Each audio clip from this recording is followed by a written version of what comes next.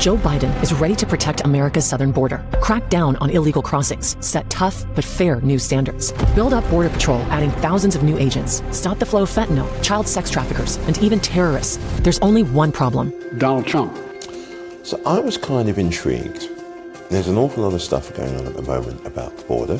President Biden's been to the border, and former guy Diaper Don has also been to the border. There was a moment during the last administration under Trump when Melania Trump went to the border. President of the United States is putting children in cages. Penned into cages like so much livestock. And they look like animal kennels. One of the worst things that I've ever seen in my entire life. Does it differ from the cages you put your dogs in? On our border, the mass expansion of detention camps qualifies as a concentration camp. It's nuts. They follow the exact pattern that Hitler has. The United States is running concentration camps on our southern border. We're a nation that thinks it's okay to put kids in cages on the border. And the reason I'd like to focus on that, two things.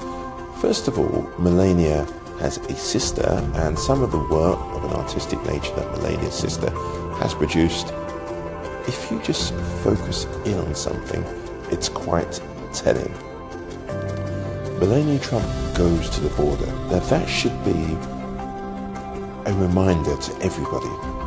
When Melania Trump went to the border, the person in charge of the border was her husband. Donald Trump has ordered Republicans to block the toughest immigration bill in decades. For all their tough talk, their solution is to do nothing, because Donald Trump needs chaos to win. He'd rather weaponize this issue than actually solve it. If he wins, he'll do nothing, just like last time. His wall, a joke. Now, that may seem obvious, but if he was in charge of the border then, why was there such an issue and a problem? And why did she make the surprise visit to the border? It clearly wasn't a surprise because there were people and officials sat around, but it is interesting. She held some discussions in public, whereas most politicians on Trump's side tend to just be there for the photo opportunity.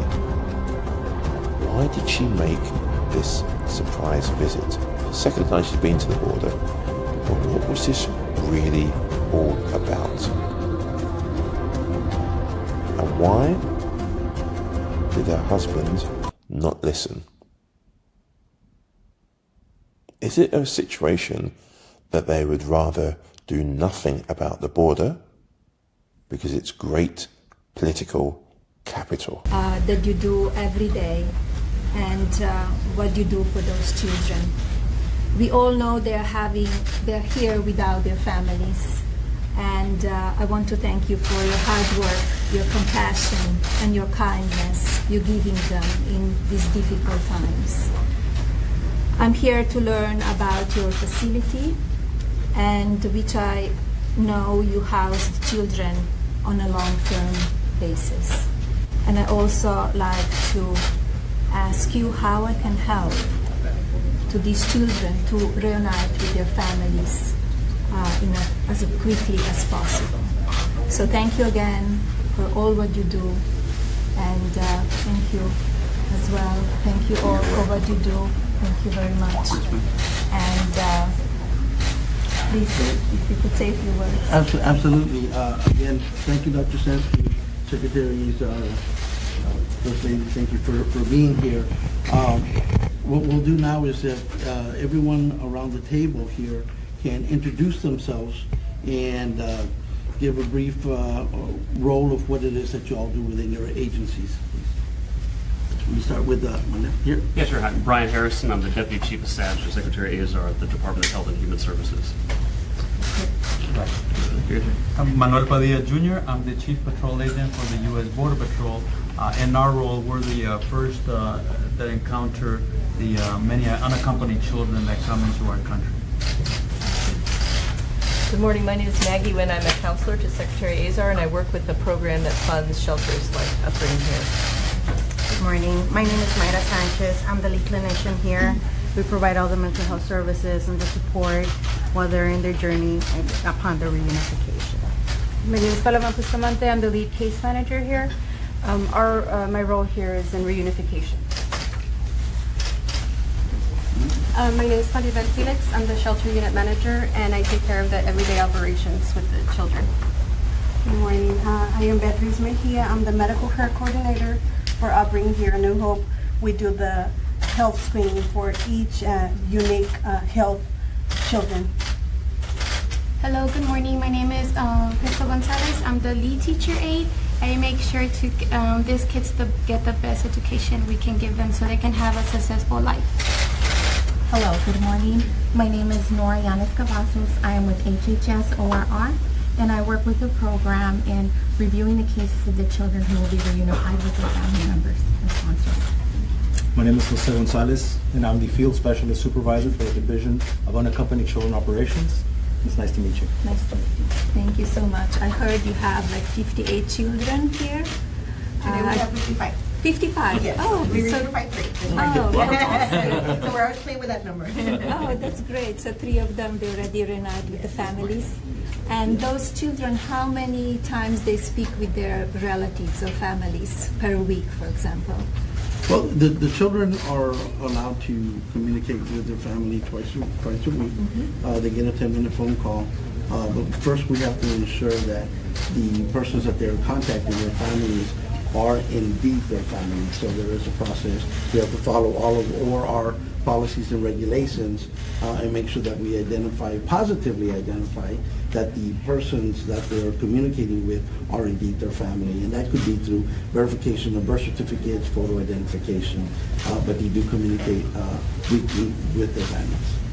So when the children come here, what kind of stage, physical and mental stage they come here? Are they distract? So what you would say, the percentage, how they come here?